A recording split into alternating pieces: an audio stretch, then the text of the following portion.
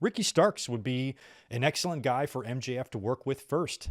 Give him a banger match. MJF obviously is going to beat him. He's not going to drop the title to Ricky Starks in his first defense. That's not happening. But it will give Ricky a nice little taste of a title match, of a main event scene, a main event stage, a main event spotlight.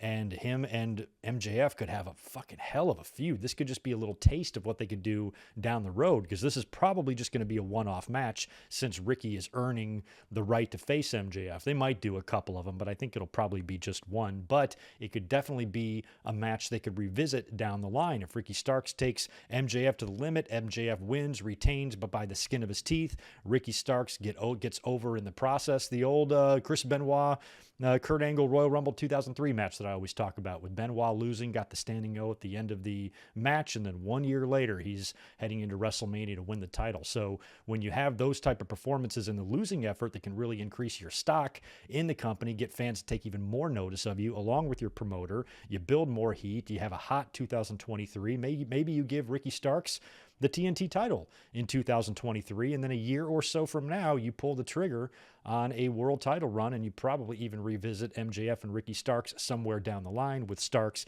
getting that win back from him, whether it's for a title or not for a title. I think it's something you can do next year, and I would love for AEW to be really careful and not to squander this great opportunity that I think they have here with Ricky Starks. I think he's a star.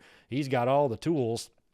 His only issue is his size, but as we've seen, that usually doesn't stop people very often. MJF just won the title tonight. We've seen guys like Adam Cole and Kenny Omega make it to huge heights, so I don't think size should slow him down that much. But, I think he has big star potential, and that's what AEW needs to do. When you think about how many fans have this criticism that this company is all ex-WWE guys. There's some ex-WWE guys there. Of course, you want that because that's the biggest wrestling promotion in the world. If they're going to cast off some people that have value because they're doing major cost cutting, of course you're going to pick them up. There's nothing wrong with signing people like Keith Lee and shit if they're available, and Claudio. Of course you're going to want to do that. But when you look at the rest of the roster, when you look at MJF, you've got Ricky Starks, Darby Allin, Jungle Boy, Sammy, The Acclaimed, Lucha Brothers, Kenny, The Bucks, Wardlow.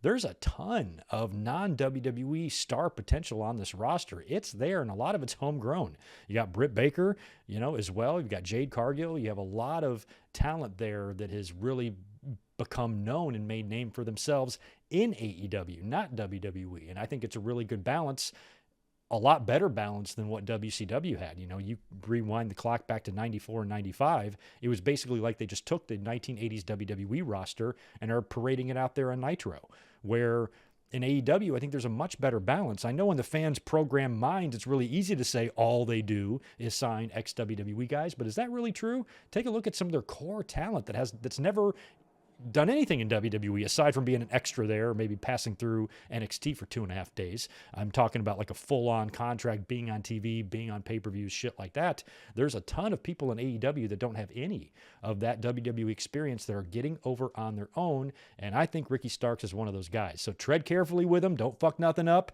Don't make any missteps. If he does win the TNT title next year, don't team him up with Samoa Joe. Keep him running, keep him building momentum, and allow him the ability to speak and connect, because that's where a lot of his value is, because he can talk, he has charisma, he's got all of that. So I think managed properly, Ricky Starks can be a huge star in the future, and I am rooting for him.